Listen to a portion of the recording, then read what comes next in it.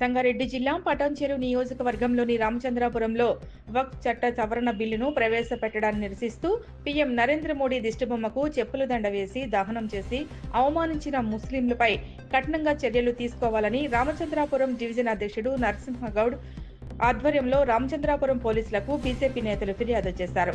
ఈ సందర్భంగా ఆయన మాట్లాడుతూ సవరణ చట్టాన్ని ఆమోదించినందుకు దేశవ్యాప్తంగా హర్షం వ్యక్తం చేస్తుంటే రామచంద్రాపురంలో కొంతమంది ముస్లింలు వక్ఫ్ బోర్డు సవరణ చట్టం గురించి తెలియకుండా కావాలని తమ స్వప్రయోజనాల కోసం మోడీని అవమానించేలా ప్రవర్తించడం మంచి పద్ధతి కాదన్నారు. ఈ కార్యక్రమంలో BJP party introduction convener Venkatesh, Padma, Basamma, Geeta, Santoshi, Narender Reddy, Ravikumar Yadav, Satish, Niranjan Chari, Raghava, Narayana, Gopi పాల్గొన్నారు. అందరికీ నమస్కారం. అయితే మన పార్లమెంట్లో వక్ఫ్ బోర్డ్ సవరణ చట్టము ఆమోదించినందుకు దేశం మొత్తం హర్షిస్తుంటే ఈ రామచంద్రపురంలో మాత్రం మైనార్టీ సోదరులకు ఆ వక్ఫ్ బోర్డ్ సవరణ చట్టం ఏందో కూడా తెలియకుండా, జ్ఞానం కూడా లేకుండా వాళ్ళొక్కరు వాళ్ళ సొంత లాభాల కోసమై వాళ్ళు ఏదో నిరసన తెలుపుతూ, సరే నిరసన తెలిపే హక్కు అందరికీ ఉంది, తెలుపుకోవచ్చు ఎవరైనా నిరసన, కానీ వాళ్ళు అందరినీ మసీదుల దగ్గరికి వెళ్ళి ముస్లిం సోదరులను అందరినీ కూడా రెచ్చగొట్టి వాళ్ళ సొంత ప్రయోజనాల కోసము, కుటుంబ సొంత ప్రయోజనాల కోసము వాళ్ళు మోడీ గారి చిత్రపటాన్ని కూడా, దేశ ప్రధాని మోడీ గారి చిత్రపటాన్ని కూడా చెప్పులతో కొట్టడము చాలా బాధాకరము. ఇది భారతీయ జనతా పార్టీ రామచంద్రపురం శాఖ కూడా తీవ్రంగా ఖండిస్తుంది.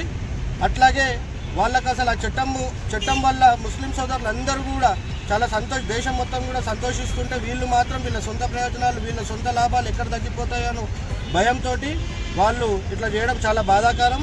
నేను ముస్లిం సోదరులకు అందరికీ కూడా పిలుపునిస్తున్నాను, మీరందరూ కూడా చట్టం ఒకసారి కరెక్ట్గా తెలుసుకుంటే మీరందరూ కూడా చాలా ఆనందపడతారు. మీ భూముల్ని కాపాడటానికే మన ప్రధానమంత్రి మోడీ గారు కూడా ఈ సవరణ చేయడం జరిగింది. అట్లాగే నేను రామచంద్రపురంలో నిన్న అల్లర్లు చేసి ఏదో మతపరమైన ఉద్దేశంతో మా గొడవలు తీసుకురావాలి అనే ఉద్దేశంతో నిన్న చేసినటువంటి సంఘటన మేమందరం కూడా ఖండిస్తున్నాం. మేము ఎవరైతే నిన్న కావాలని, ఓ కుటుంబం ఎవరైతే ఉన్నారో వాళ్ళు కావాలని మతపరంగా గొడవలు లేపుదామని ప్రయత్నం చూస్తున్నారో వాళ్ళకందరికీ కూడా హెచ్చరిస్తున్నాను, ఇది ఖబర్దార్. మీరు ఇట్లా చేస్తే హిందూ సోదరులు ఎవరు కూడా ఊరుకోరు, మీ ముస్లిం సోదరులే మిమ్మల్ని తరిమి కొడతారని కూడా మీకు గుర్తు చేస్తున్నానని తెలియజేస్తున్నాను.